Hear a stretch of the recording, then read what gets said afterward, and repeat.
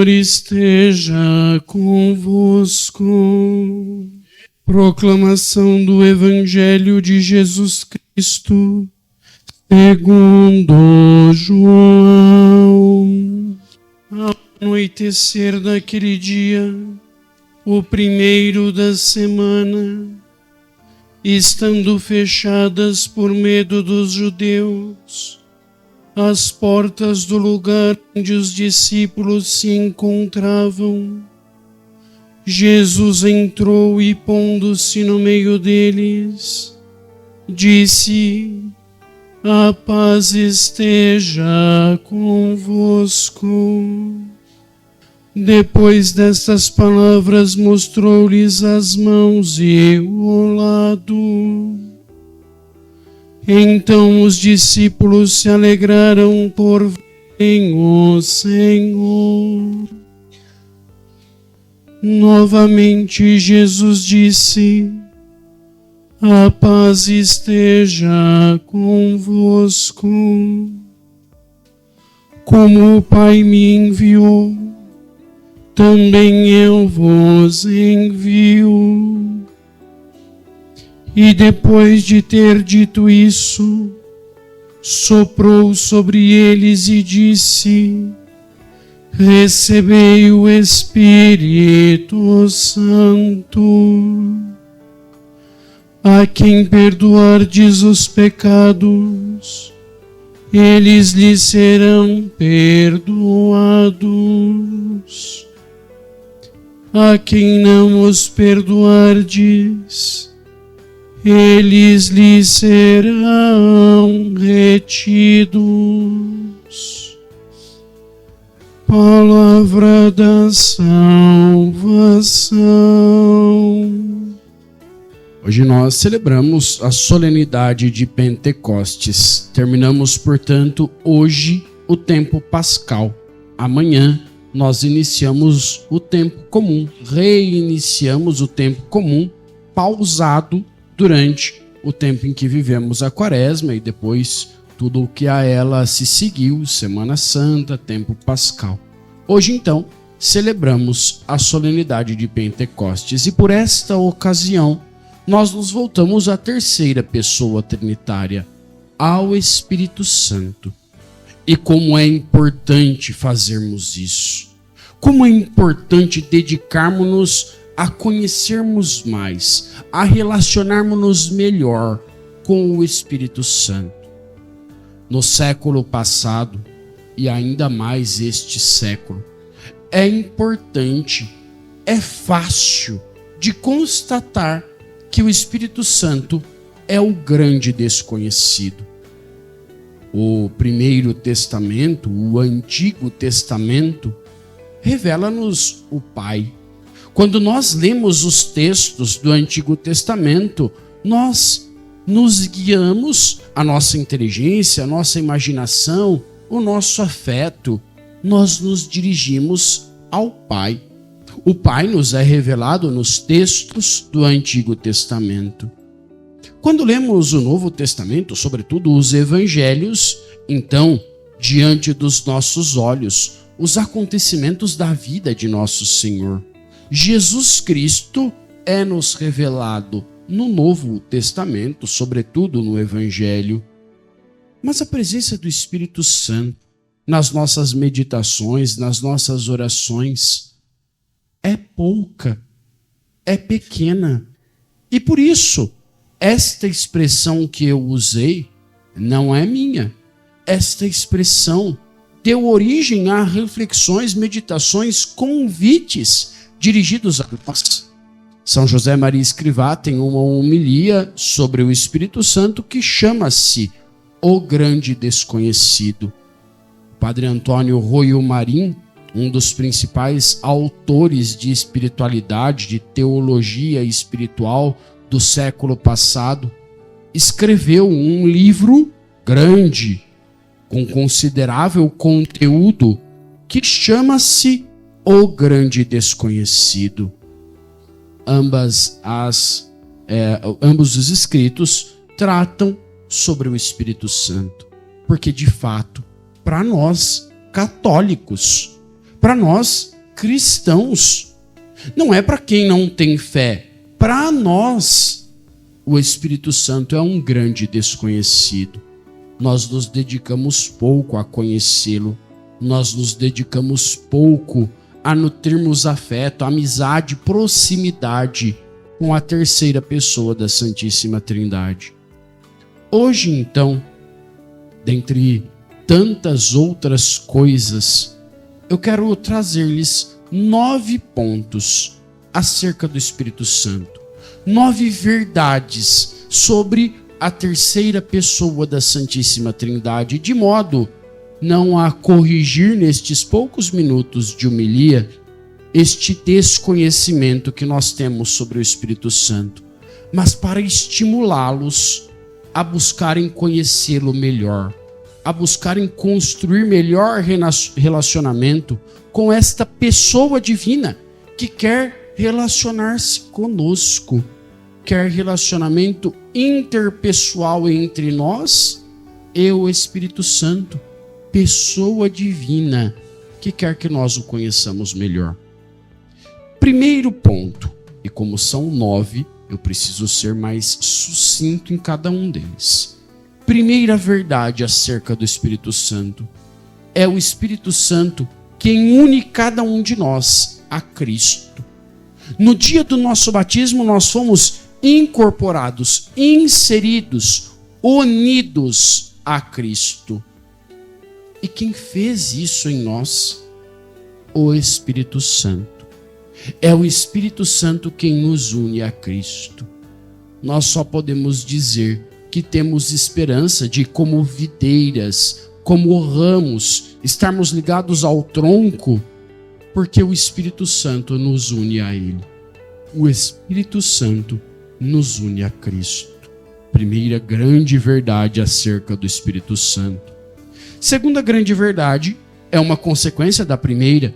Se o Espírito Santo une cada um de nós a Cristo, então é Ele o responsável por unir-nos como corpo. Nós dizemos, e dizemos verdadeiramente, que a igreja é corpo de Cristo.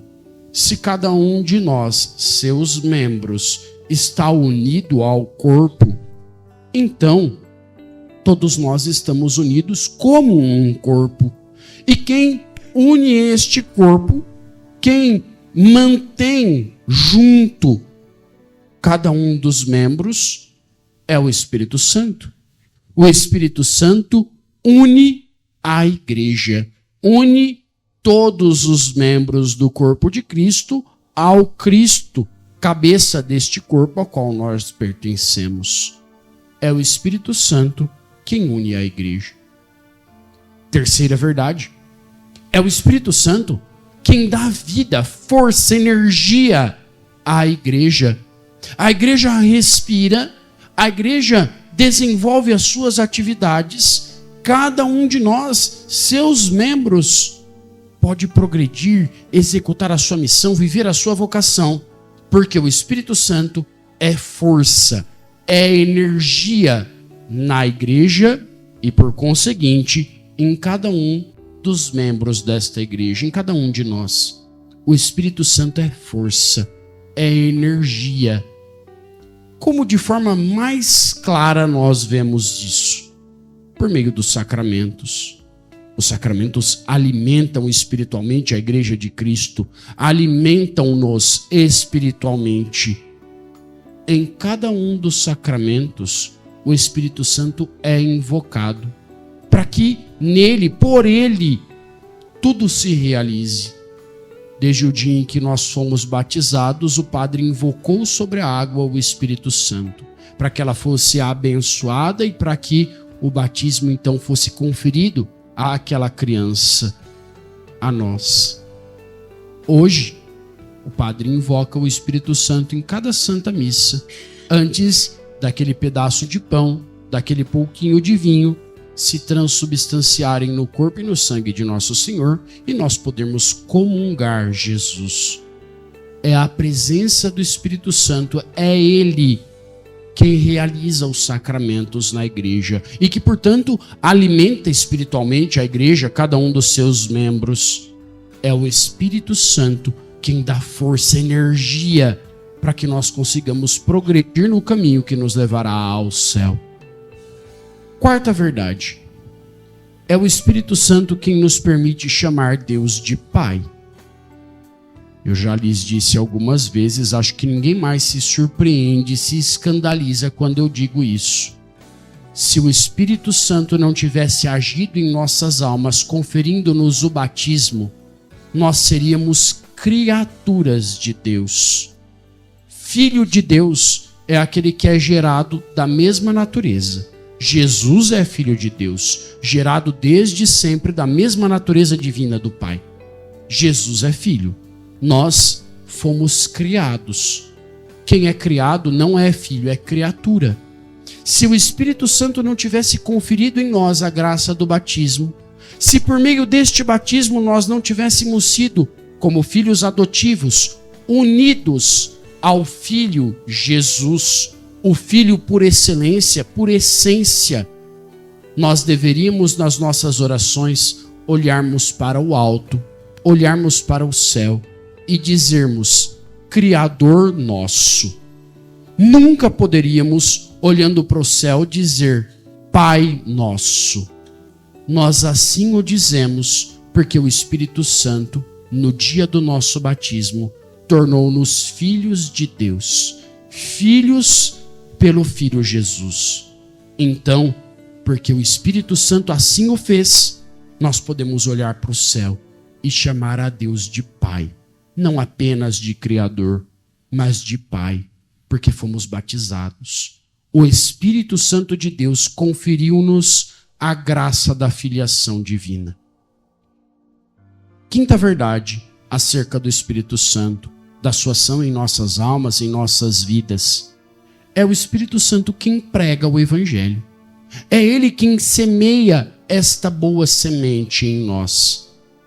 O que o padre faz, que outras pessoas fazem, ler o Evangelho, explicar o Evangelho, anunciar o Evangelho, catequizar as crianças, tudo isso que parece trabalho nosso, é trabalho do Espírito Santo. Somos meros instrumentos.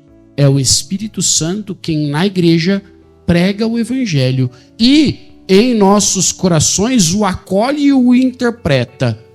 Nós não seríamos capazes de fazê-lo sem a graça do Espírito Santo. É o Espírito Santo quem difunde o Evangelho por meio dos apóstolos, dos mensageiros do Senhor.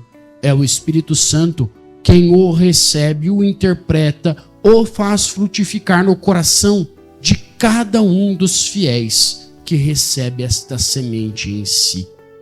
O Espírito Santo é o protagonista do anúncio do Evangelho, por qualquer ação missionária. E se alguém faz algo sem o Espírito Santo, a revelia dele, resistindo à sua ação, não será frutuoso em sua pregação, em sua ação missionária. É o Espírito Santo quem assim o faz. Sexta verdade acerca do Espírito Santo: revela as coisas futuras. O Espírito Santo que falou ao coração dos profetas, que profetizaram, que advertiram, que chamaram o povo a um caminho seguro. O Espírito Santo, quando oportuno para nossa salvação, revela-nos as coisas futuras, profetiza, dá sinais do caminho que devemos seguir, para onde levará este caminho. O Espírito Santo, Senhor do tempo, não sujeito a ele, o Espírito Santo revela-nos as coisas futuras. Se os nossos corações estão afinados, alinhados, sintonizados na frequência do Espírito Santo, nós não necessariamente o ouçamos. Apesar de tudo isso, a igreja continuou existindo, continua existindo até hoje e continuará existindo para sempre. Porque, apesar destes homens que cumpriram mal a sua função em muitos momentos da história, o Espírito Santo é quem guia a igreja e não permitiu que ela se perdesse. do caminho que conduz a Jesus. E jamais permitirá que isso aconteça, a despeito das más ações dos homens que compõem postos importantes no governo da igreja. Nona e última verdade de uma lista que poderia ser muito maior do que esta. No fim, no dia final, quando nosso Senhor Jesus Cristo ressuscitado voltar a este mundo cheio de poder e glória, no último dia da história, o Espírito Santo glorificará cada um de nós. Fará tudo glorioso na glória de Deus. É no Espírito Santo que os nossos corpos putrefatos, decompostos, serão ressuscitados. É o Espírito Santo quem fará com que estes corpos ascendam, subam ao céu. É o Espírito Santo que no dia final instaurará de uma vez por todas a glória de Cristo, a salvação plena e perfeita. É o Espírito Santo quem fará tudo glorioso no último dia, na volta de nosso Senhor Jesus Cristo. Caros irmãos e irmãs, como eu lhes disse, estas verdades acerca do Espírito Santo e tantas outras que poderiam a estas serem adicionadas, devem aquecer o nosso coração, devem provocar em nós um desejo de conhecer melhor o Espírito Santo e, mais, de relacionarmos-nos melhor com esta pessoa divina, com este Paráclito que nos acompanha, está atento a nós a cada segundo, a cada instante da nossa vida. Não desperdicemos este dom de Deus. O Espírito Santo é dom de Deus, presente que Ele nos deixou. Não façamos mau uso, não sejamos negligentes, não desperdicemos este grande presente que Deus nos deu. Peçamos a intercessão da Virgem Santíssima, esposa do Espírito Santo, que ela nos ajude a progredirmos no caminho que leva a Deus, que ela nos ajude a, acompanhados pela terceira pessoa da Trindade, progredirmos sempre mais a Jesus. Louvado seja nosso Senhor Jesus Cristo.